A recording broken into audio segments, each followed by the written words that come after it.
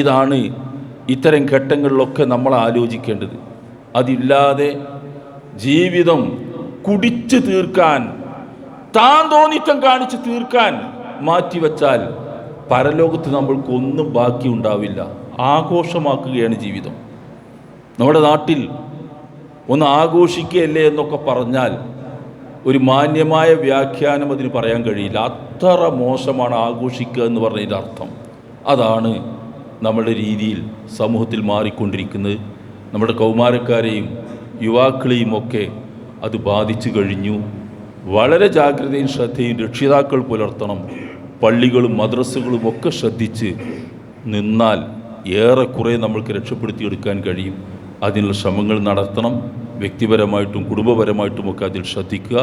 സർവശക്തനായ അള്ളാഹു നമ്മൾക്കെല്ലാവർക്കും അവൻ്റെ ദീനനുസരിച്ച് ജീവിക്കാനും നമ്മുടെ വരും തലമുറയെ അതനുസരിച്ച് ജീവിക്കുന്നവരാക്കി മാറ്റാനും അള്ളാഹുവെ നീ തൗഫീക്ക് ചെയ്ത് അനുഗ്രഹിക്കുമാറാകണേ നാഥ. ഞങ്ങളുടെ ജീവിതത്തിൽ വന്നു പോകുന്ന ധാരാളം തെറ്റുകളുണ്ട്, ഇഷ്ടം പോലെ ചെയ്യുന്നുണ്ട് നാഥ.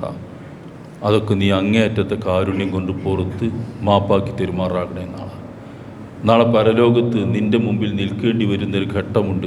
ആ ഘട്ടത്തിൽ വളരെ സന്തോഷത്തോടെ വലത് കയ്യിൽ ഞങ്ങളുടെ കണക്കുകളുടെ ഏട് വാങ്ങുന്ന നല്ല വിശ്വാസികളിൽ പടച്ചവനെ നീ ഞങ്ങൾ ഉൾപ്പെടുത്തി അനുഗ്രഹിക്കുമാറാകണേ നാഥ. അല്ലാഹുമ്മ ഗ്ഫിർ ലിൽ മുഅ്മിനീന വൽ മുഅ്മിനാത്ത് വൽ മുസ്ലിമീന വൽ മുസ്ലിമാത്ത് ഇന്നക മുജീബ ദഅവാതി യാ ഖാദിയൽ ഹാജാത്ത്. اللهم أعز الإسلام والمسلمين اللهم أعز الإسلام والمسلمين اللهم أعز الإسلام والمسلمين. ربنا لا تزغ قلوبنا بعد إذ هديتنا وهب لنا من لدنك رحمة إنك أنت الوهاب.